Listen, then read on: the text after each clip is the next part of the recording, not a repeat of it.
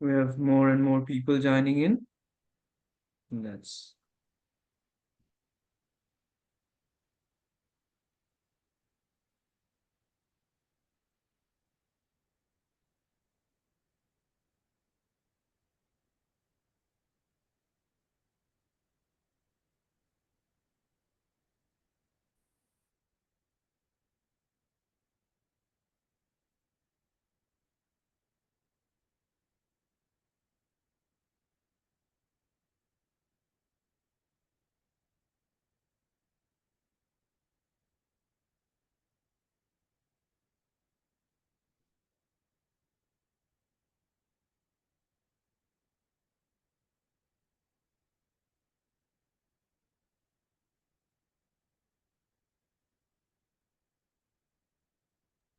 We'll be starting in a few minutes.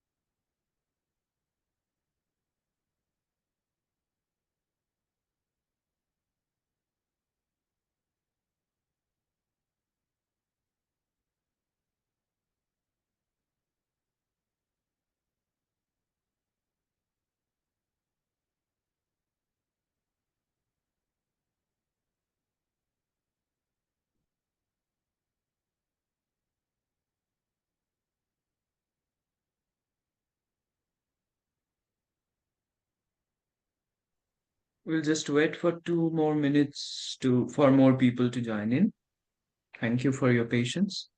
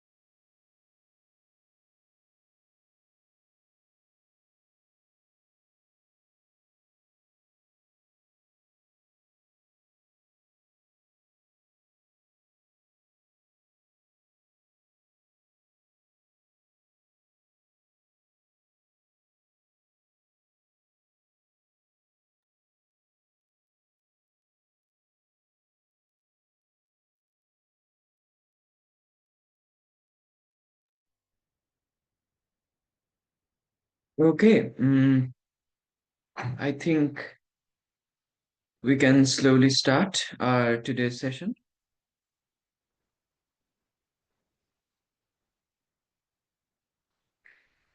So, good afternoon and evening, everyone, according to our relative time zones that we are inhabiting. A warm welcome to all of you, and thank you for joining this session on Climate Talks for Everyone, which is organized periodically by the international community of Fridays for Future, FFF for short, which is an ever expanding global yet decentralized platform committed to mobilizing public opinion through coordinated environmental activism. Our aim is to exert legitimate pressure on both governmental and non governmental actors to prioritize the climate over rootless economism. Grounded in grassroots climate communication, our mission seeks to break through the alarming incommunicado created by the rising tides of climate obstructionism, climate denialism, and skepticism. My name is Akhor Bandyopadhyay from India, currently acting as a local administrator of the Fridays for Future Kolkata group and as a member of the Fridays for Future newsletter team. It is my sheer honor to serve as your moderator today, for which I must sincerely thank Rolf Yvonne Dorp from Northern Arizona Climate Change Alliance and others belonging to the globally localized or glocalized networks of peace and climate activists across the world. And as we come together to explore a topic of urgent and enduring relevance, why acting on climate is so difficult. Organized obstruction. Now, while this title may initially appear to be suggesting something disheartening, even something pessimistic, I'm confident that today's conversation will open pathways of possibility. Our esteemed guest today will help us move beyond despair towards insight, action, and collective climate resilience as we confront the profound challenges of the unprecedented anthropogenic climate polycrisis now unfolding around us, threatening the very fabric of life on Earth. It is with great pleasure that I introduce our distinguished speaker, Professor J. Timmons Roberts, the Ittleson Professor of Environmental Studies and Sociology at Brown University and the Executive Director of the Climate Social Science Network. Professor Roberts has shaped generations of climate researchers and policymakers, having taught and led environmental science and policy programs at Brown University, the College of William and Mary, and Tulane University. He served as the James Martin 21st Century Professor at Oxford University's Environmental Change Institute and also as a non resident senior fellow at the Brookings institutions. He earned his BA in biology from Kenyon College and his MA and PhD in sociology from Johns Hopkins University, his PhD focusing on comparative international development. Over the course of years, Professor Roberts has become a leading voice in the global climate discourse. He is the co author or editor of at least 16 books and more than 100 scholarly articles and chapters. His recent work, interestingly, zeroes in on the social and political drivers behind climate inaction, especially within the United States, examining lobbying, state level obstruction, and the deep influences of corporatized power dynamics on the reconfiguration of environmental policy making. Professor Roberts' commitment to engage scholarship is remarkable. Through the Climate and Development Lab, he constantly collaborates with NGOs, research institutions, and community organizations across the globe. A strong advocate for equity and a critique of climate injustice on the global south, he is deeply involved in shaping Rhode Island's climate adaptation strategies and has taught courses on environmental justice, public policy at nearly all levels of governance. He is also to be noted as a former member of the Board on Environmental Change and Society of the National Academy of Sciences, recipient of the Frederick Buttle Award for Distinguished Scholarship, which is jointly awarded by the American Sociological Organization Association and the International Sociological Association. It is truly an honor to have him with us today. So, without further ado, welcome, Professor Roberts. Thank Over you, to you. Akhenaten. Thank you very much. That was very generous. I appreciate it very much. And I want to say, you made me feel a little bit old. No, I wanted to say that I want I want to pick your brains. That is, I would really like your help today. And that is, I'll tell you about the research that we are doing, but we want this work to be much more useful to people advancing climate action. You know, who are the advocates? We've done a lot of outreach in the past with non-governmental organizations through the Climate Action Network International for our last book on climate obstruction across Europe. And then we also do outreach to state level NGOs in the United States, and we do okay. But I think we could do much better. So we really want to hear from you. Like, what are the ways that you receive information, and how could we make this information itself and the research more useful? Because I don't want to do this just for me. It's not just for me. It's really to try to unlock more ambitious climate action and more equitable climate action. So anyway, just to say, I'm very much looking forward to your input.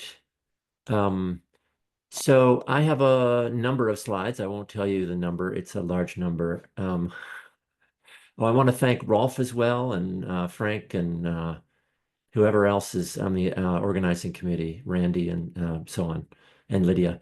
So let's see here. I'm unfortunately getting blocked in my own screen. Can you guys see my screen okay?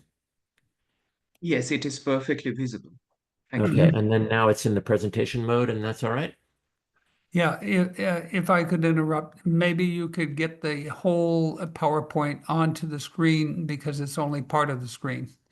And I'm wondering if Sure. it could be that little box up at the top on the right-hand side that you have to push to make it cover the Oh, whole screen. Yes, it would be better if you project it in the slideshow format. Yeah. yes. Let me try that. Let me just drop out of here. Oh, it says it's paused as well. Let's see.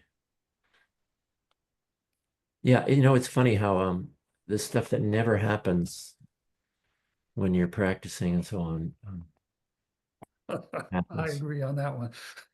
It's very strange. Okay, so a little patience is appreciated. Let me try again. Oh, now it's in this paused mode again. Somehow it's not visible anymore. We're gonna get there. I know we are. Let's see.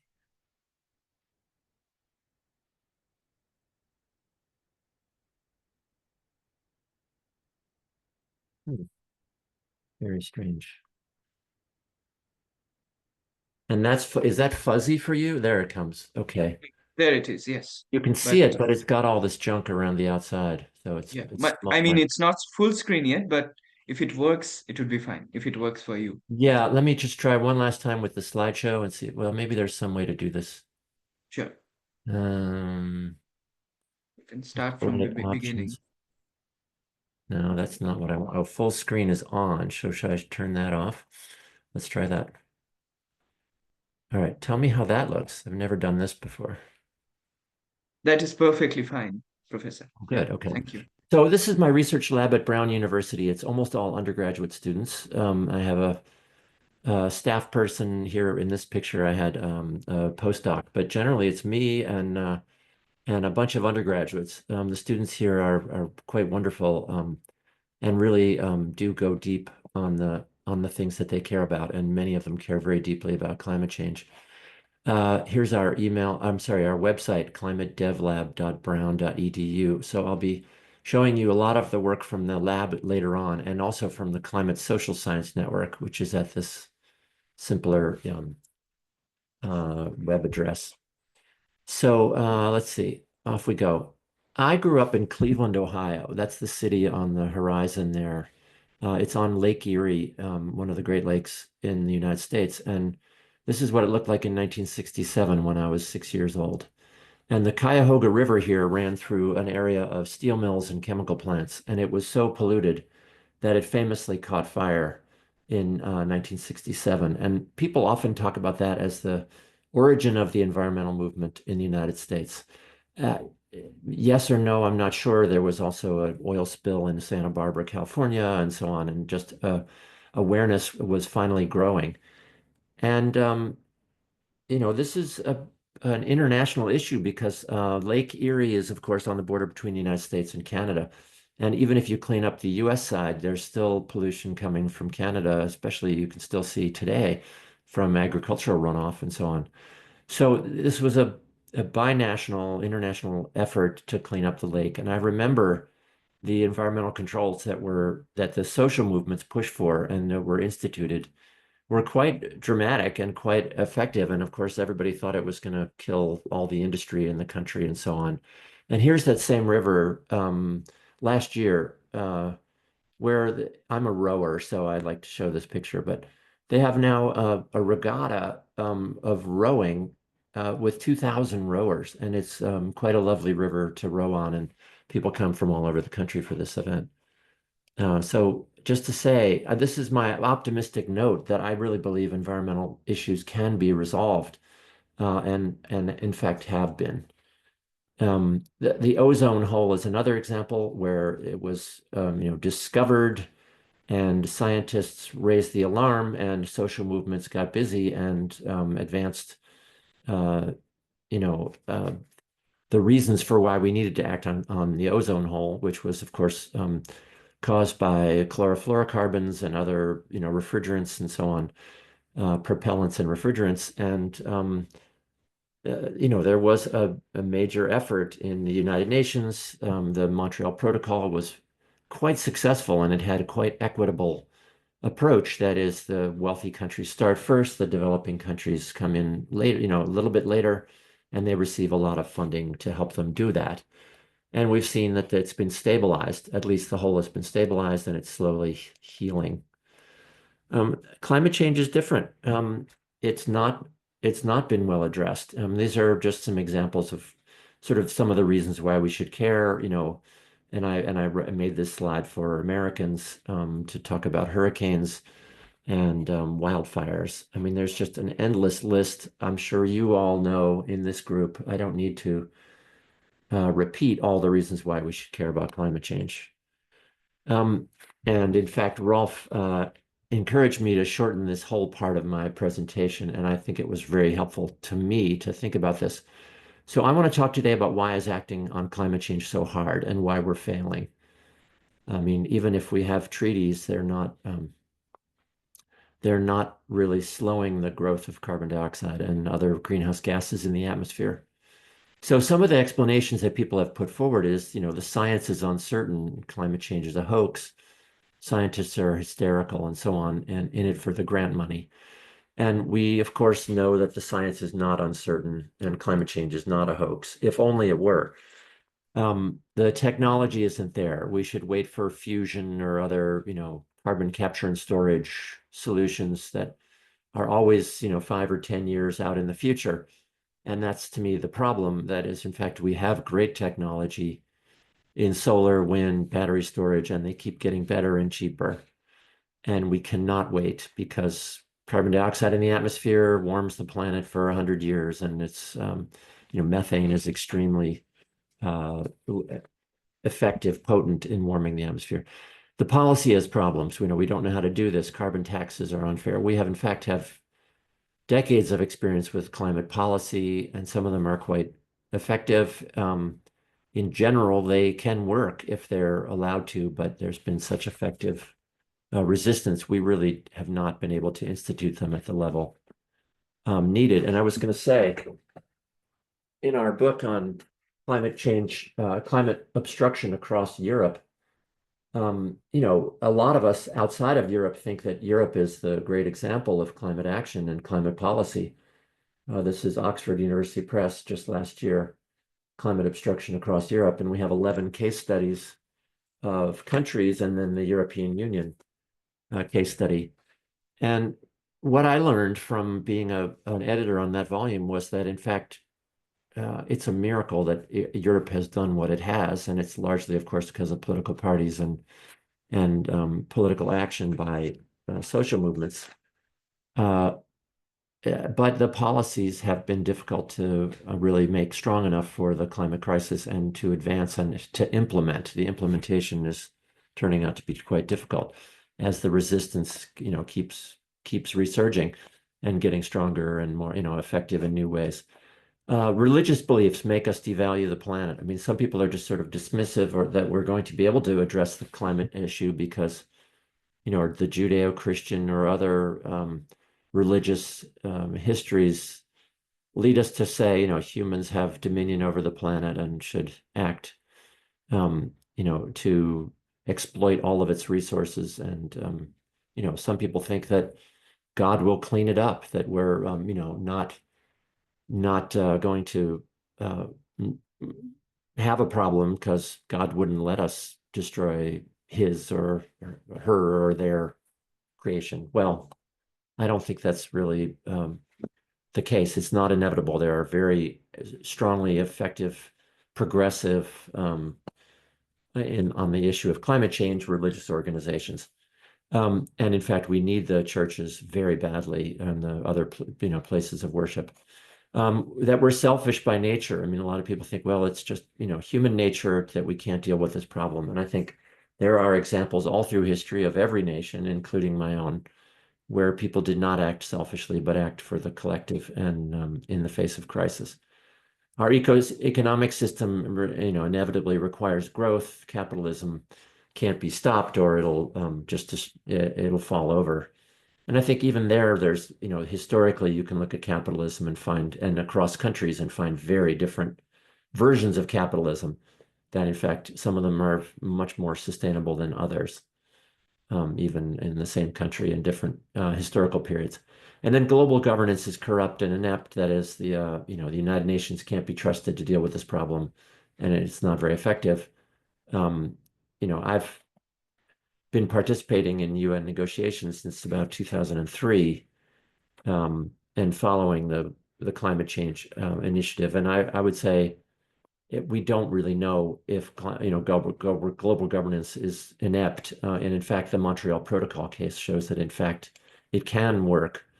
So I say to all these 7 arguments, which I think are often quite fatalistic, yes, but also there's this thing called organized obstruction that really we don't know how much could have been done and how much is possible in the future unless we understand the obstruction. And here's the big point, that we won't be effective in addressing climate change unless we understand our opposition. You've got to know what you're up against, or you're just going to be your victim, you're not going to have the success that you need, and you may not be long-term effective. So what's climate obstruction? We call it the intentional actions and efforts to slow or block policies on climate change, which are commensurate with the current scientific consensus. And when we say the scientific consensus, we mean the IPCC, the Intergovernmental Panel on Climate Change, reports on what's necessary to avoid dangerous anthropogenic interference with the climate system. So as you all know, that's keeping us as close as we can get to 1.5 degree of warming, or at least below 2, but we're heading way above that. So just to sort of step back and say, well, doesn't scientific evidence usually lead to good public policy? And wouldn't more evidence lead us to more policy? Well, we have a case of tobacco in the United States. In 1964, the Surgeon General of the United States released a review of 7,000 studies. And it showed that smokers were 10 to 20 times as likely to develop lung cancer and these other diseases. And so the tobacco risks were well known, but firms actually defeated reform efforts or watered them down for decades. They did this in many ways, including direct lobbying and pressure and campaign contributions and so on politicians. But they also, of course, launched this massive public relations campaign.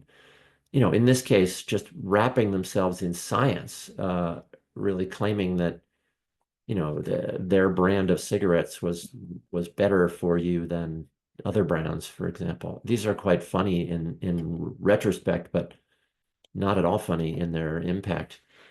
And then this excellent book by Naomi Oreskes and Eric Conway, Merchants of Doubt, describes how a whole industry of delay and obstruction was developed for tobacco, and it's the same cases with asbestos and lead paint and with climate change. That is, public relations firms were hired on. They directed these campaigns at the public, but also especially at policymakers. So, you can think about in your own countries, what are the key groups that have to decide to act to get public policy? And in our case in the United States, it's a small group of swing district, senators and Republicans and the president and so on. So then they did all this lobbying, but also this public relations, sort of changing their perception of what is the scientific consensus, what are the right things to do, who should act, and how. Campaign contributions, so political action. They developed a whole series of think tanks, and this was really the right wing in the United States. The conservative think tanks are a number in the thousands. They're in every state, in most major cities, and then there's these big national ones, which now are part of a global network called the Atlas Network, which has over 500 think tanks around the world. So these are, doing the job of taking ideas and presenting them to these to the policymakers. They funded medical professionals and other scientists, including at universities. The universities around the world, but especially in places, some of the most powerful universities in the United States receive huge amounts of fossil fuel funding, for example, and received a lot of tobacco funding. And then they did other strategic philanthropy, giving money away to community organizations, to cultural groups, to all kinds of organizations to basically co-opt them, shut them up, and so that they would not be part of a protest movement. So this is a quote from a tobacco industry memo from 1969. "Doubt is our product, since it's the best means of competing with the body of fact that exists in the minds of the general public." Well, the same was true of climate change, and there's a whole series of articles that were released several years ago about how ExxonMobil, the huge oil and gas giant, knew about climate change. Here's other scientists doing research in the 1970s and 80s on tanker ships, where they would collect water and air samples, and they were doing really cutting edge science. Here they are, they were brought into Congress to testify in 2019. In that hearing, our representative Ocasio-Cortez, Alexandria Ocasio-Cortez, AOC, put up this graph and said, this is your graph, right, that you guys came up with on how much the climate would warm by certain years. So here we are in 2025, and you can look over here, we're actually at about 425 or 30 parts per million of carbon dioxide. So here's where we are right now. And we're, somewhere around 1.5 degree of warming. They were exactly right. And so, she projected another line that showed, global temperatures and carbon dioxide levels rising precisely in this band of uncertainty that they had for the most probable temperature increase. And so she asked Garvey here, Ed Garvey, how did you know that? And he says simply, we were good scientists. We knew this very well. So just to say, Exxon knew, and they were funding the science. And then at one point, right around the time of the Kyoto Protocol, they turned very hard to suppressing the science, stopping funding it, attacking the scientists, and attacking the advocates, including, people like you. There was a famous fossil fuel industry memo that was leaked to the New York Times that said, victory will be achieved when average citizens understand the uncertainties in climate scientists. And then media understands the uncertainties in climate science. And industry senior leadership understand the uncertainties in climate scientists. And then anyone promoting the Kyoto Treaty on the basis of existence science appears to be out of touch with reality. So this was, they call this the victory memo. It gets talked about a lot, and we don't know if exactly how it was all carried out, but we did get the memo. This is what happens in the United States when there's any threat of a real climate legislation.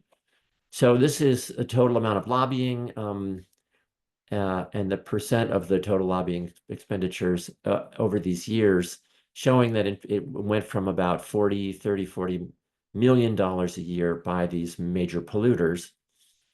And then it soared here up to 2009 to over $350 million. And this is by my colleague, Robert Brule, who has really been a pioneer in this area.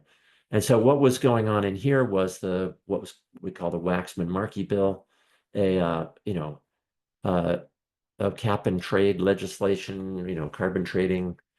And it came close to passing. It passed out of the House, and then it was killed in the Senate. And this lobbying effort was focused on killing it in the Senate. They got out in the key congressional districts during a summer break when the Congress people were back home, and they basically brought out petrochemical industry workers and paid protesters, and they managed to create this sense that the American people were against this legislation.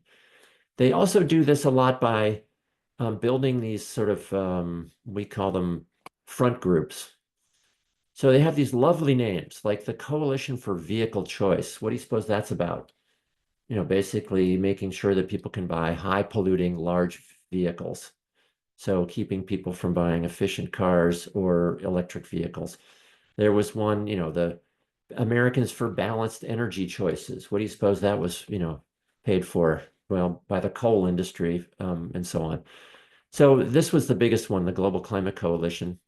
And then they got a bad name, but they were effective basically at killing the Kyoto Protocol and getting the United States to withdraw from it in 2001. And right after that, they got a sort of a bad name. So they just shut it down, and they created new ones with new names. Bob Brule came up with this. I worked with him a little bit on this. The idea is to understand what is called the structure of obstruction. And we have this figure in a little policy brief on a website I can show you later. It's at Climate Social Science Network, or cssn.org. So if you're trying to influence the policy outcome, you do this by trying to affect the policy, the political agenda, the media agenda, and the public agenda.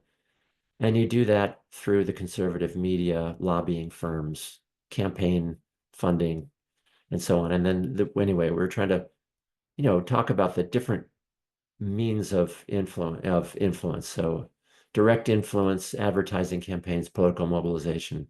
There's advocacy organizations on the right or in the anti-climate action that we need to understand. We need to understand the advertising agencies, the trade associations, like the oil industries, the American Petroleum Institute, or the international groups, the think tanks, the university programs. We need to understand the foundations. So we often have these corporations who have a private interest funding foundations who then give this money to these key or other key organizations. And then individuals. So, this might be ExxonMobil, this might be Charles Koch, of the Koch brothers, whose money, of course, came from natural gas and pipelines. So we're trying to develop an understanding of all these organizations and all these flows between them. And again, the hope is that groups like yourselves can be more effective if you know who's going to come after your efforts and how they're going to try to undermine it. So here's just some examples from my lab group. So our little state of Rhode Island, where Brown University is right next to Massachusetts, which is really a climate leader state in the United States. And this was our first study. We were asked by a foundation after they saw a little pilot study we had done in Rhode Island and said, well, tell us who's delaying climate action and how they're doing it. I mean, this is one of the states with the most climate activists in the country. It's extremely organized. There's like 100 organizations, and these are just the most active people. And so it famously is where Boston is. And here's Rhode Island right next to it. We're basically a suburb of Boston. And so we went to the State House and we sat in the library all summer one year and we collected all the testimony that people had given when when an important climate bill was up for hearing. And we looked at what were the environmental priority bills. So which bills were the environmentalists really focused on? And we ended up collecting 1,400 positions on 53 key bills. And for each of those positions, we looked at, well, all right, who is the group that's making the testimony? What's their position? There's the realtors were opposed to an act on home efficiency, energy efficiency, and here were their arguments. The policies and programs must not arbitrarily restrict or infringe on private property rights. So, and we counted them all up and we said, all right, these are the people in favor in the green and then the opposed. So of individuals, almost all of them are in favor, environmental organizations, government. This is who showed up to testify. And then really the only groups that were against in public testimony were the heating oil people, of a few pieces of testimony from fossil fuel groups and real estate and utilities, so the electric companies and so on. So we found strong support for climate action, and then opposition was rare. This is in public testimony. It's really interesting how that's, in fact, a lot of the polluters don't even show up for the hearings anymore. They don't give public testimony. They just lobby behind the scenes. And so Eversource is a big electric and gas utility in Massachusetts and around the Northeast. They hired this lobbying firm, ML Strategies, the particular lobbyist. So in Massachusetts, they have great records because all this has to be reported. They have to say whether they were supportive or neutral or opposed to each bill, and the bill numbers change all the time as it goes through the process. And so then we were able to look at, the outcomes and so on for each piece of legislation. What we found was that clean energy advocates were outspent for lobbying at 3.5 to 1. They were it was the opposite way on testimony. They were 9 to 1 in terms of showing up. If you exclude this one group and just look at mitigation or reducing emissions, it was like 6 to 1, this ratio. And then I had this fantastic undergraduate who started doing these analyses of like, who are the coalitions and how do they relate to each other? So we found, some pro-climate action coalitions, the solar companies, the hydro and wind, conservation groups, solar greens, and then these groups tended to be against climate action, real estate agents and their industry people especially.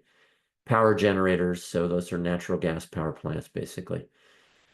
Fossil and chemical, like the gas station owners and the pipeline people, and then the utilities, selling us electricity and gas. So simplifying that a little bit, we have these, I won't go into all these details, but the main thing to notice here is when the environmentalists are in favor of a bill, Their opposition mostly comes from the utilities and the fossil industry, but also from real estate industry and power generators. Not very surprising, right? On hydro and wind bills, though, they get less opposition. So this is especially offshore wind, the big wind arrays, which I'll talk about shortly. The utilities were not really fighting them very much. But on solar bills, the utilities hate solar, and especially rooftop solar and small scale distributed generation, as they call it, because they can't make money on it. They're losing customers, or they're losing market share because they're not selling the electricity and the or the gas to heat the homes if you have a heat pump. Does that make sense? So it's a whole different picture if you look by different types of bill. So this is our data set. It's called Chorus. We now have put it up on a website. I don't know, most of you are not in the US, but you can mess around on here. It's quite cool. howdotheylobby.org. So it's public, it's free. We put the data up, and we're now working with a group called Follow the Money, who are going to take over the maintenance of this database. We're really afraid it's going to go out of date. So I have here some quotes from the utilities and fossil fuel companies, real estate. I'm going to skip those. But what we saw in those studies was that really the utilities were most likely to win on their bills. They would get their way when they were opposing bills or in favor of bills. And then the fossil companies and the real estate industry and the hydro and wind companies were most likely to lose. Here's an analysis just looking at how bills moved through the state house, and it showed that of all the bills that were introduced, almost everything that the utilities were against, all these red bills, so there would be a bunch of lines here for each bill, were killed, and only this number of bills came out of this key energy committee, the TUE they call it, and then it went to these other committees which are totally non-transparent. And they have the few omnibus bills that made it to the floor and were signed into law. Almost none of them were opposed by the utilities because they got their way. They got rid of the provisions that they didn't like.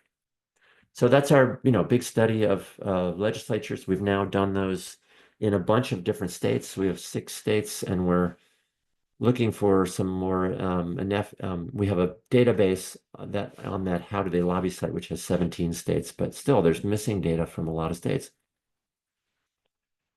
But as I was, as we listen to what they're actually saying, there are patterns that are really quite important and can be quite useful, I think, to activists. So there are people who are saying things like, we shouldn't act because we're a small country, our emissions are small, or we're a small state, or look at Texas, or if you're in Sweden, what about the United States? They should act, so other countries should act, not us. Individuals should reduce their waste. We shouldn't institute strong climate policy, and a lot of people are just going to keep abusing us if we do. You get the idea. Technological solutions will solve this problem if we just give them enough time and money and so on. So we shouldn't do anything now. There's lots of, we are leaders. We're already doing enough. Fossil fuels are needed for our good life, or that we can solve this problem with just carrots, with financial incentives, not actually any sticks or regulations and so on. And what we're hearing a lot more lately is this social justice as a pretext. Poor people or poor countries are going to be hurt by climate policy because they're often, I think, presenting really a caricature of the policies that are being offered. And in fact, even things like carbon taxes, national, international, local, and so on, can be instituted in very just, equitable ways if they're well developed and institutionalized. And then this other thing, which is policy perfectionism, we hear a lot. That is to say that we shouldn't act because this policy has this or that problem. So just wait until we find the perfect policy. And anyway, this is from a paper called Discourses of Climate Delay. which has been used now all over the world. There's even been bingo cards. This is unfortunately becoming more common, that change is impossible, and doomism. This is what we really have to fight against, this pressure right now to just give up and say, well, it's too late, we shouldn't do anything. There's been these wonderful cartoons and comics developed for the discourses of climate delay. I really encourage people to just look up discourses of climate delay, and then this artist will come up if you, let's say, comic book or a comic or caricatures, and they're quite funny and quite well done. There's even also a big, thick comic book that came from that study. There's another whole framework for understanding the reasons, the claims about acting on climate and why we shouldn't do it. And this is really too much for me to talk through today because of the time, but it's called FLIC, or it's now become the CARDS method. And we found it a lot in our studies of offshore wind in the United States. Here's Rhode Island right up here. Here's that state of Massachusetts that I was talking about. Here's New York City, just to orient you. And you can see this is the best wind, on shallow waters, right near where all this electricity is needed. So there's been a really strong movement that's just developed in the last 2.5 years against offshore wind. They're often claiming that they're, in favor of protecting whales and so on, but our observation is that there's many other interests behind them. So these couple of students of mine, Isaac Slevin and Will Catrip, led a study showing, whoa, sorry about that. See if I can get it back. That in fact, these are right-wing think tanks in this network called the State Policy Network. This black funding means that they receive funding from climate denial groups. They're funding in these coalitions, which have these great names, Coalitions for Ocean Protection. Well, who could be against that? And then these groups, Save Our Beach Views. Some of these were directly created by right-wing think tank policy advisors and policy directors. And then there's another coalition called Save the Right Whales. Let's see if I can zoom out. And then these are the local groups that we find here locally. So the point of this whole thing is to say often what look like local groups are connected to national and even international networks now. These guys are connecting with groups in Australia and New Zealand and so on to try to stop the deployment of renewable energy. I don't need to go into this, but here's the name of the group that was here in Rhode Island, Green Oceans. What a perfect name. And this was their fact sheet with all the reasons why offshore wind shouldn't happen, often claiming that it was killing whales, of which there's absolutely no evidence. And in fact, the whales are being killed by being hit by ships and by fishing gear. So here's some of the slides that they put out. And then they say there's no provision for these turbines, and they're all, they always have pictures of burning turbines and so on, and make these claims. And some of these claims made it all the way to the top. Here's, Donald Trump famously saying that wind turbines lead to whale deaths by making them batty. And he, instituted an executive order immediately upon taking office against offshore wind. So again, you can read all this stuff at our website, climatedevlab.brown.edu, and a lot of that stuff is in this tile here on offshore wind opposition networks. Here's that lobbying data. Here's the lobbying data. Here's these state reports. There's another whole thing I was going to talk about, which is about identifying supporters of disinformation. Sorry, we did this website to sort of refute a lot of those claims about offshore wind. It's called Real Offshore Wind. It's also at that website. Here's a study that a student did in Congress showing that, in fact, they're saying a lot of the same things in Congress. So those discourses are coming out of the right-wing think tanks and being presented and used to beat up environmentalists in Congress. We pushed our university to introduce a policy where they wouldn't do business with, the university will not conduct business with individuals and organizations that directly support the creation and dissemination of science disinformation. So this was a really quite a big deal for us, an effort to distance our university from denial groups. And my student Will, who's graduating today here at Brown, put together this website really quickly, denialdenied.org, which was showing which right-wing foundations are giving money to think tanks that generate a lot of this, the false information and false misleading claims. And so we came up with sort of lists of which donor organizations that, hospitals, universities, churches, pension funds, even national government investment funds probably wouldn't want to invest in. I'm going to jump right to, we created an international organization now called the Climate Social Science Network, cssn.org. We have people from 49 countries now in it, almost getting close to 800 scholars. We have working groups on really cool topics. If any people are on this call who are academics doing peer-reviewed research, please find cssn.org and join us. We really want to diversify it more. We have, I think, all 5 continents, but we are, pretty heavily loaded in North America and Europe. And our theory of change, again, is that we're failing to act on climate change because the opposition has been understudied and highly effective, and that social scientists can provide research capacity for the policymakers, litigators, for climate scientists, for NGOs, that is for you.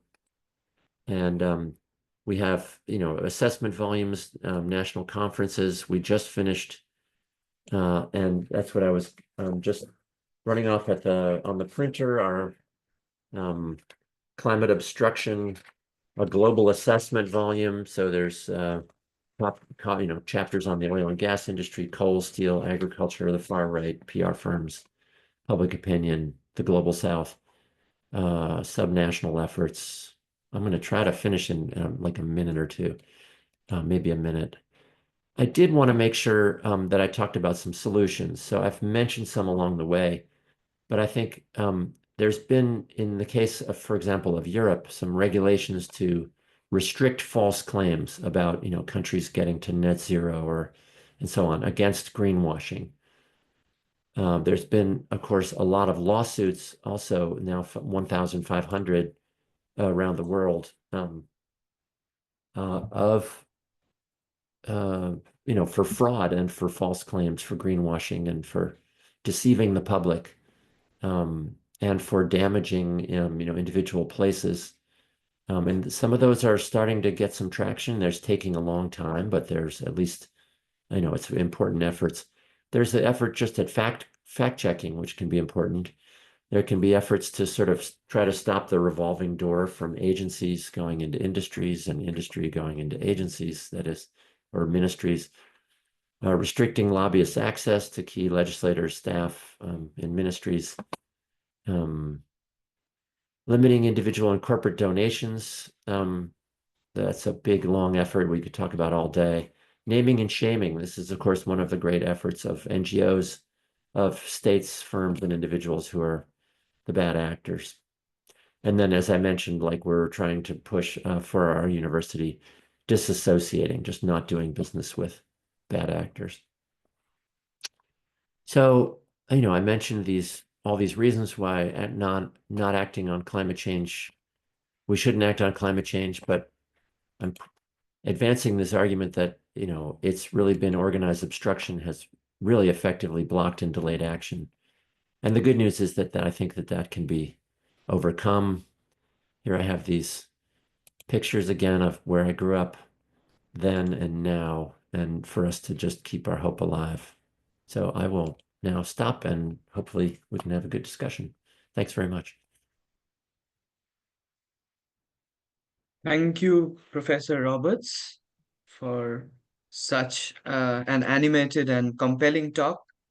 on the alarming obfuscation of critical climate issues, as we can witness right now in various parts of the world, actually. And I was thinking we might take a moment to reflect on several crucial insights that Professor Roberts brought to light. First of all, he quite clarified that climate skepticism is not an isolated or incidental phenomenon. Rather, it is systematically legitimized through the coordinated efforts of powerful corporate actors such as ExxonMobil, along with well funded right wing think tanks and lobbying groups. And these forces perpetuate disinformation, as Professor Roberts said, and cast doubt on climate science to protect these entrenched interests, vested interests. These activities often culminate in greenwashing deceptions. And Professor Roberts' talk also highlighted the fact that climate obstruction is a structural outcome which thrives on rhetorical distortions, be it whataboutism, feel good illusions of progress, and the myth that technological quick fixes or market based solutions alone can solve the deeply rooted climate crisis. And this strategy promotes further resource extraction and consumption, masking systemic problems under the guise of these shallow incremental solutions. And I also was thinking from Professor Roberts's discourse that true change demands perhaps a collective reorientation and counter organization to confront and somehow dismantle these organized obstructions. And these efforts, I believe, are often sidelined because they largely emerge from social scientific attempts to contextualize the growing scientific consensus on climate change, because social sciences are frequently marginalized or dismissed as not being real sciences, a perception rooted in the dominance of a singular natural science narrative that privileges quantifiable certainty over context based understanding. And gladly, Professor Roberts has constantly brought to the fore why context sensitive climate action is becoming growingly important. And also the data sets presented by Professor Roberts. And I really was delighted by how he was balancing both the quantitative aspect and the qualitative aspect of addressing this holistic issue. Now, the data sets presented by him underscore how profit driven agendas manipulate the narrative from time to time, reducing climate change to a secondary concern within the misleading framework of an economy versus ecology false dichotomy. In this framing, only a narrow, inequitable model of the economy is safeguarded while ecological and social justice are sidelined. So, thank you, Professor Roberts, for this entire talk. We are really glad, we are really thankful. So, I'll now open the floor to discussion. I'd like to ask you, Professor Roberts, whether you would like an interactive live discussion or whether I will ask them to put their questions on the chat box. No, let's have people come on and Okay, ask so sure. or Now, make points. Again, I do want input on what, how could this kind of information be either presented to you in a way that you would use in your activism, or on the other hand, what is the missing stuff that you wish we would study, and how would you like it presented? Yeah. right. So, so shall I open the floor to discussion now so that all of us can discuss together? So, okay. If you have a question, if anyone in the audience has a question related to the talk, please go ahead and type or either type or just come right here, unmute yourself so that you may share it. I kindly request everyone to keep their questions as precise as possible while still ensuring they're clear and comprehensive. Thank you.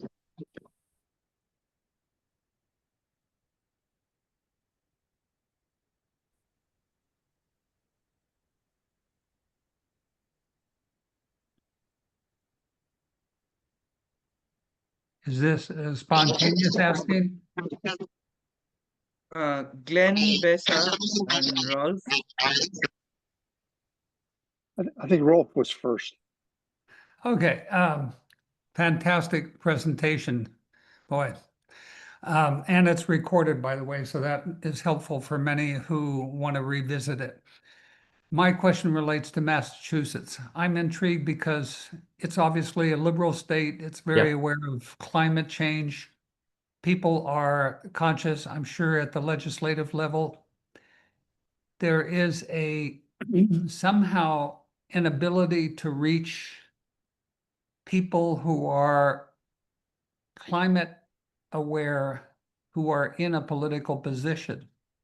And do you have descriptions of how they succeeded in getting those people swayed, other than if it's money, somehow? Because that just intrigues me that people can vote. You know, it's hypocritical politics. They can say one thing and then vote the other way to get it through. And I'm Yeah. just wondering if you Yeah. have examples of that, because Massachusetts is, it's for everyone who's listening here who's not a U.S. citizen, it's probably one of the most progressive, if not the most progressive, when it comes to climate change issues in the U.S., maybe next to California. Yeah. No, that's exactly right. And that's why we think it's so interesting, that even there it's difficult to get really ambitious climate action. So we did a study just this, we're still finishing it, about what happened in this last legislative session. And what happened was there was tons of climate bills that were introduced. A few made it through. The ones that were sort of all carrots and no sticks got through. The ones that were, helping renewables got through. But any effort to phase down natural gas were killed. So we went and looked at campaign contributions and found that there was a lot of funding flowing to the key, committee chair from the House side and the House leadership and the governor even though she's very progressive. So anyway, one thing we did find was the money.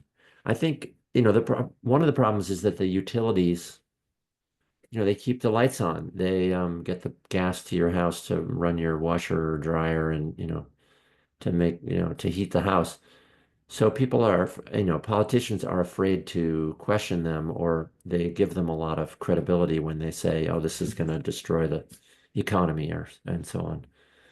So I think there's a lot of influence that happens in these closed door meetings when the utilities and the fossil fuel companies go and talk to these policymakers. And this is a machine that's been well oiled. They have the relationships. They often will hire, former politicians to be their lobbyists. So we have some of the most respected governors in Massachusetts. The House Speaker has, the most power in the whole state, really, as much as the governor. And they, hire former House speakers as their lobbyists. And so I think they have effective discourses, they have the personal connections, they fund the campaigns, and so on. Anyway, that's my first response, but I think we need to do more interviews with those politicians and say, did you shift and how?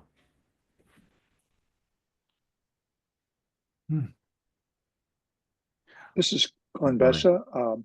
It seems to me that when we interact with elected officials, the level of ignorance with regard to the immediacy of the climate crisis is just baffling, and it just seems that other issues always take precedent. And then on top of that, while we've had difficulty enough with electricity demand being relatively stable, now we have this data center and AI growth that is literally undermining these efforts to control fossil fuels. We're seeing that in Virginia. I know that in Massachusetts, they're reconsidering a gas pipeline. Perhaps you'd like to comment on those two issues: one, the inability of, or the unwillingness of elected officials to face up to the immediacy of the crisis, and then the compounded now by this growth of data centers and such. Two complicated issues. Thanks, Glenn, and good to see you. It's been a long time. Um, uh, yeah, I think they're definitely related issues, but on urgency, if you even do public opinion, research, it really shows that in the public, climate change is often, issue number 14 or 15. It's just not one or two, along with the economy and jobs and crime and terrorism or something.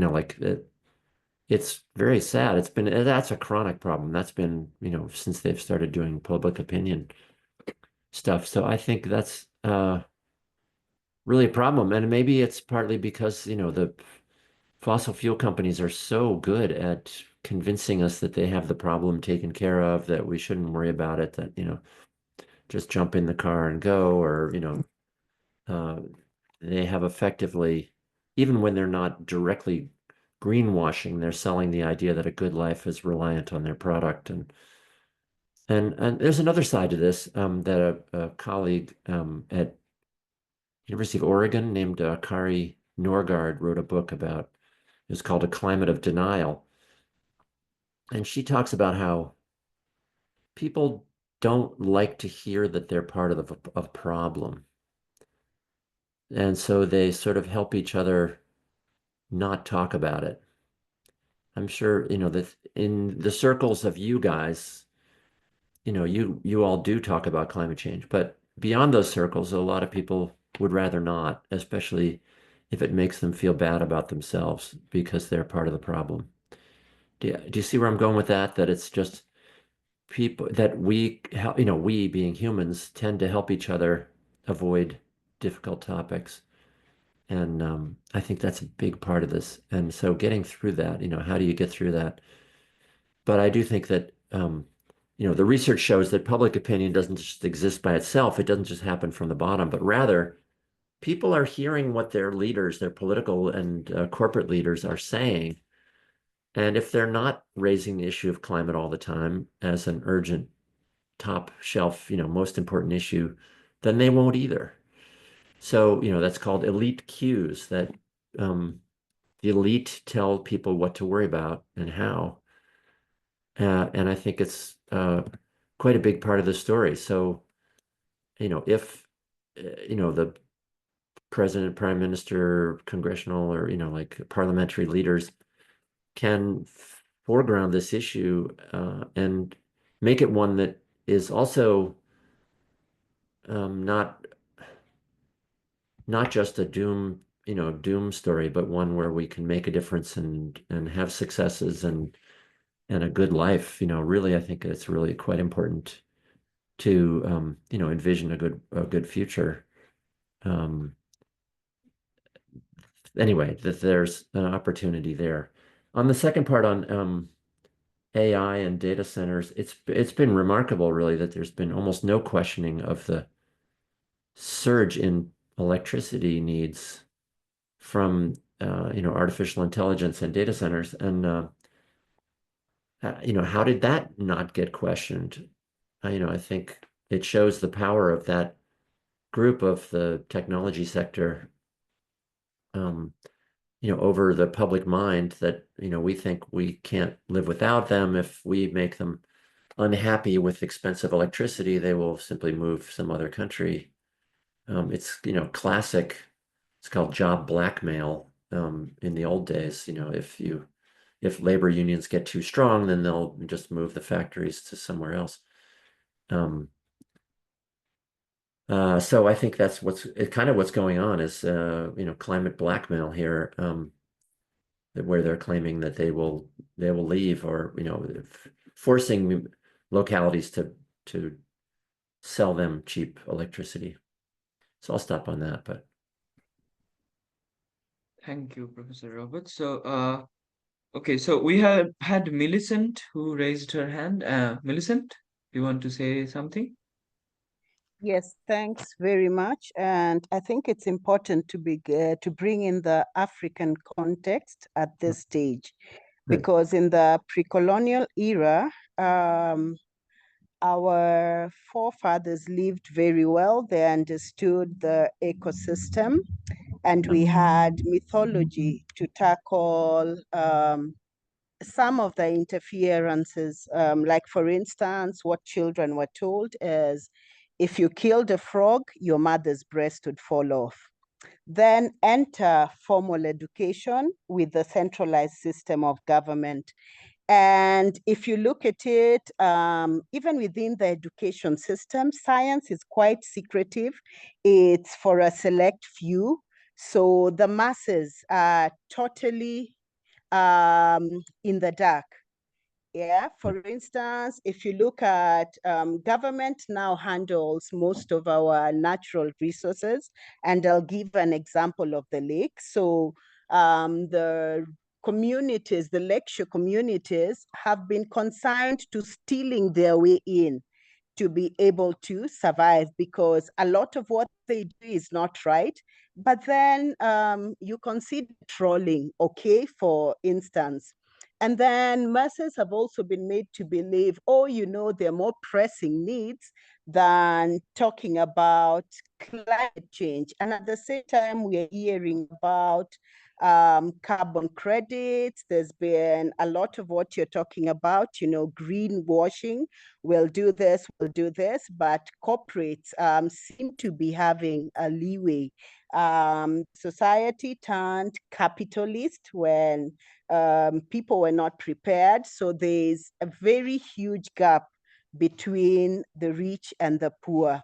So much so that right now, there's a huge disconnect between science and our local communities. And I think Michelle is here.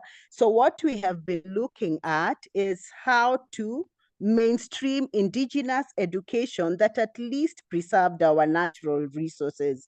If you look at our the areas that have been designated as national parks or reserves, you'd find that the Maasai coexisted with the animals in the past.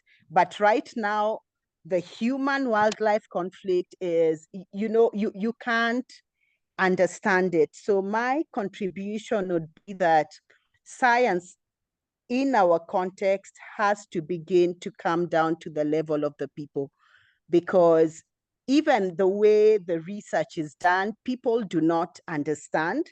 You know, people will come, collect samples from the lake and barely talk to the local people. Yet, if we involved the local people, then they would understand about not destroying wetlands, about, for instance, the surface runoff and all these issues with climate change. We still do not have a clear understanding. And now the big talk is about carbon credits. You know, we need to let off huge tracts of lands for the Western world and cramp our people in what they're calling affordable housing, so that the huge tracts of land remains for the Western people. So my plea would be, how do we get our local people to understand climate change, as you have so fantastically explained it? And I'll tell you, I've been a victim of some of the disinformation. Yeah, but when you were presenting, then I'm like, this actually makes sense, but it has never been brought to our people in this way. So how can we get this information to local communities in a language that they can understand and relate to? And if you'll allow me, I'll just give a small example. Because we've been working against plastic pollution, you know, rules just came in at once. You can no longer use plastic. So I go to the market and this woman wants to pack for me. And she says, you know, there's a secret term we use. And because we know you, we can continue packing for you in plastic. So I asked her, what do you think happens when I toast this plastic after I use whatever is in it? She says, you know, when it rains, it will be carried by the water. So I asked her, where does the stormwater take it? And she asks me if I've ever stood atop a hill and watched how plastic rolls down, a lot of plastic from the city center. And I said, good. So where does it go to? Where do you think it goes to? She says, well, the lake is down and there's a particular river that goes into the lake. So I'm sure it goes into the lake. So I say, very good, we are on the same page. What will happen when the plastic is in the lake? Can it sink? She told me, no, it can't sink, but possibly wave action will carry it to the shore. And then I asked her, and you say your neighbor feeds your kettle plastic? And she immediately put her hands on her head And she said, please come and talk to us so that we can understand. So we just need information that can trickle down to the grassroots, to the masses, in a way that they can understand and they can relate so that they will not fight it. Carbon credits, we have big question marks. Thank you so much. Those are great points, Millicent. I really appreciate it. And there's almost too much to talk about there, but I just agree with you on almost everything. On actually on absolutely everything. And the carbon credits point is really bad. That developing countries will, if that moves forward strongly, be expected to, reforest massive areas that are, currently under cultivation or used for settlements and so on. But it's quite unrealistic to expect the forests to soak up all this carbon that we're putting out. We just have to stop putting it out. On your point about science being really with, separate from the people, elitist, I think people are starting to wake up to that. I have a colleague here who, her name is Rachel Wetson, doing really interesting research on how that's actually being used against climate change science, is how the scientists have really kept themselves separate from people and, sought to hold, to themselves this idea that they are the experts and, you all don't know what you're talking about. So I think really a massive reform of science is in order. And as you said, understanding traditional indigenous knowledge and a different way of doing the science that will incorporate public input and allow people to feel part of the science, because people are doing science all the time in surprising, interesting ways. I will say also, I'm not able to really read the chat. So if Akar, if you want to read Yes, some of those, I was just about to. Thank you. maybe after we hear from Frank or something. Yeah, Frank, do you want to say anything? You're Yes, muted, yes. Frank. Yeah, thank you so much. Yes. I think you know what the contribution I can make from my side. First of all, I appreciate what Mission said. You know what makes the matter worse on the context of African culture. When somebody like a great man on top of the world could say that climate change is the ox. So we've been battling to defeat that declaration. We are in trouble here. Climate change is a ox. If somebody of that caliber can say that, what about the people on the grassroots and in African context? So, you know what? The declaration made from religious belief to say that God will clean the planet. Do not undermine that declaration. It only means that human life, we lost human life on this planet if we continue on the same path. But the planet itself is going to recover. Thank you. Thank you. I know you're talking about my president saying that about climate change is a hoax. And is with my greatest regret that I know he has influence around the world, and it's quite a problem. And so we have to do our job over here to refute his, and to make it impossible for him to make those kind of claims. And I think whatever, you're right on the point about, if humans stop creating so much waste and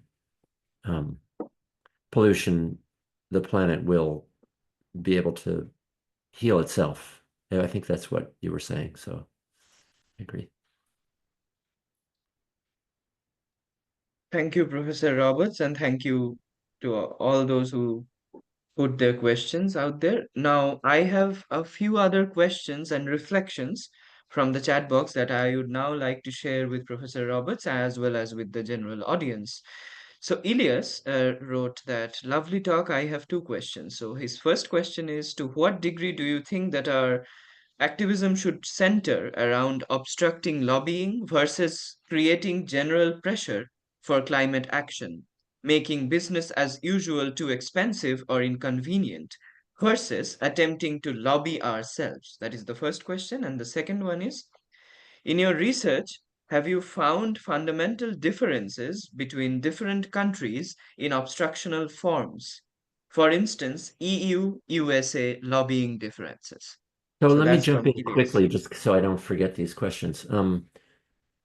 On the second one, there's huge differences really in different countries and institutional frameworks, like how, lobbying is different at the EU level even than the national level in Europe. And then those are quite different than the United States. In the United States, unfortunately, we have a system that has very many ways to block government action and not very well insulated politicians. So it's easy for private interest to have to get in there and manipulate the system. It was worse than in Europe, but even within Europe there was very big differences, and that was one of the big findings of this book on Europe. Really was that some countries are have that they all have very different types of obstruction. I mean, really, we see this obstruction everywhere. So back to your first one on lobbying. I guess personally, I think lobbying is if it's we wish that it wasn't the case that lobbying was important, but in this real world that we live in, I think if we just let the other side lobby, they're going to win, and they have been. So I think it's important for pro-climate advocates to lobby hard and even to get engaged in political campaigns, supporting good candidates, even if that means giving money to them. And we don't see enough, in the United States at least, environmental groups working on campaigns. And that said, though, I think creating general pressure is certainly valuable, but I think in some ways the other side has been most effective because they've focused on the policymakers more than the public in their education. Absolutely. Yes. There are some insights from Canada, which I would like to share here as well, from Debra Mair, if I pronounce that correctly. And Debra Mair is saying that obstruction in Canada results from the power of oil and gas corporations and lobby groups. This is exacerbated by the capture of the Conservative government in the province of Alberta. Currently, that provincial government is attempting to further the interests of oil and gas by demanding friendly policies, under quotes, from the federal government and threatening a succession referendum if these goals are not achieved. This political instability is particularly threatening now due to the threats from US under Trump administration to annex Canada as the 51st state. So any responses to that, Professor Roberts? Yeah, I'm kind of aware of the political situation in Alberta, that it's really sort of like a Texas in the United States, just so controlled by oil and gas interests, and so politically conservative, that it's a very difficult situation, and that they've pushed so hard on the Canadian government.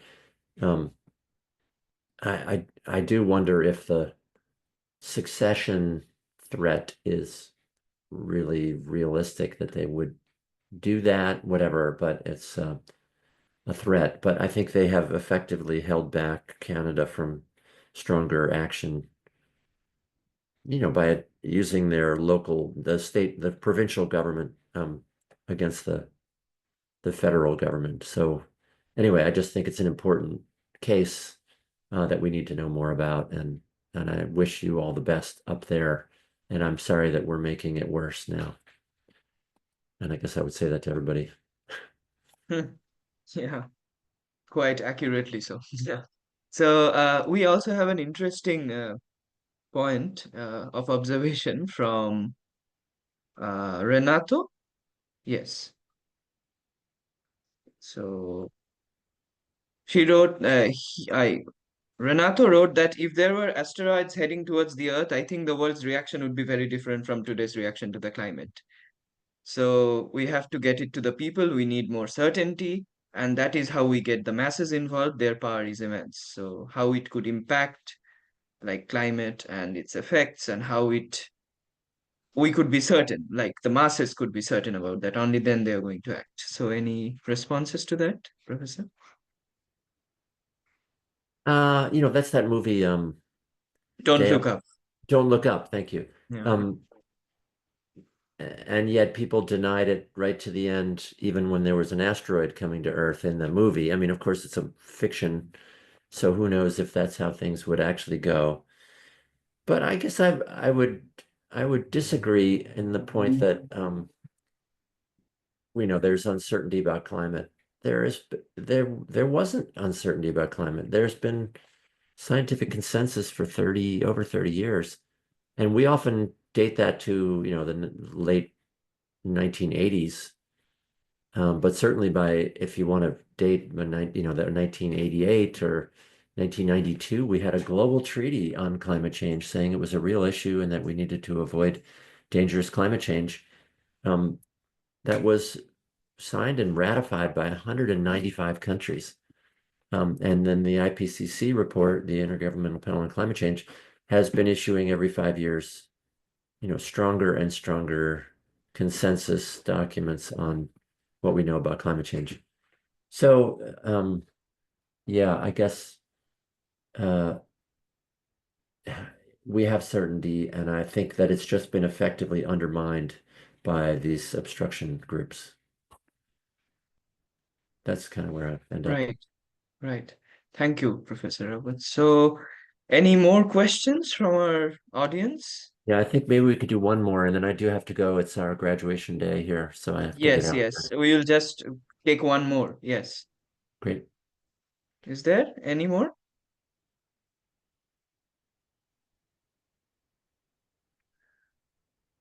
Um, Can I I make don't a think. comment? Okay, yes, Ralph. Yeah, okay, real quickly. I think the messaging of the fossil fuel complex has been about consumption rather than production. And I think that message has to be reversed, that it's about production and not consumption. Because as you were pointing out, people who consume feel guilty and don't want to talk about it because they think they're the cause of it. And the problem really is the production side. And so in the messaging, we have to be able to change that. And I think that comes from ultimately the grassroots and mouth-to-mouth explanations to various people to point out who the real culprit is of the entire problem. And then I'd like to just say, and this is a question maybe of politics, that the Democratic Party, such as in Massachusetts, and even if you take the Obama administration, that pushed the liquid natural gas issue, that it's now the number one exporter. The United States is now the number one exporter of liquid natural gas in the world. That it's not just a Republican or a right-wing problem. It's a power problem within our system. Comments? I absolutely agree. The liquefied natural gas and just natural gas in general, that industry has controlled the Democratic Party in the U.S. For a long time. And they were very effective at making themselves appear clean, clean burning natural gas. Kind of at the expense of the coal industry here. And so they knew that coal was untenable, but they themselves could, save themselves and expand their market, and they have done so hugely. I mean, it's like here in New England, it's more than half of our electricity comes from natural gas. And then there's this exporting issue where, that's incredibly destructive of the climate, and even just, the leakage from natural gas is a huge issue. So yes, absolutely. And then you said messaging from fossil groups is focusing on consumption versus production. I completely agree with that. In fact, that whole carbon footprint idea was sold to us by, was it BP or? BP. I think it was BP, yeah. British Petroleum, push people to look at their own individual consumption and just to take the pressure off of themselves to do anything.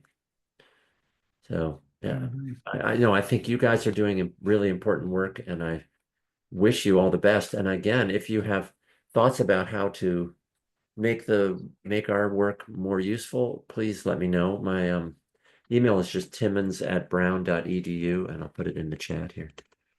And then you can reach me also through those other sites.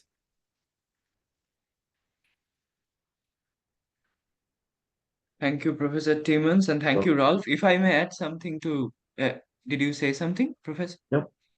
Thank Okay. you. So, no, if I may add a small thing to Rolf's point about guilt, I quite agree with it. I mean, we can also see how that guilt is being used to promote consumerism. The guilt is being internalized and projected to promote so-called green consumerism, so that you have the disavowal of the climate crisis instead of doing something actually about it. So yes, we also have the carbon centric thinking. Yes. So I think that would be all for today. And it was wonderful to have Professor J. Timmons Roberts with us today. And as we draw today's climate talk to a close, I would like to extend my heartfelt gratitude on behalf of Fridays for Future to Professor Roberts for his deeply pragmatic and insightful reflections that he shared with us.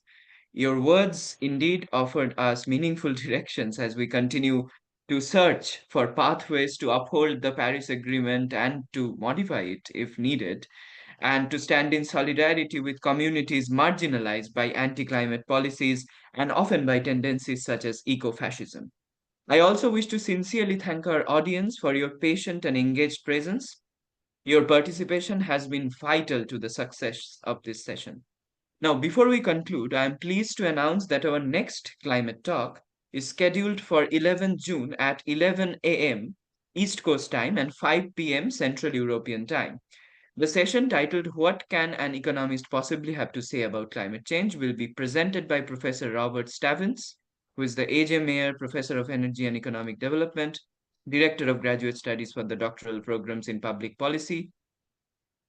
And I am sharing the link for this event in the chat box for your reference.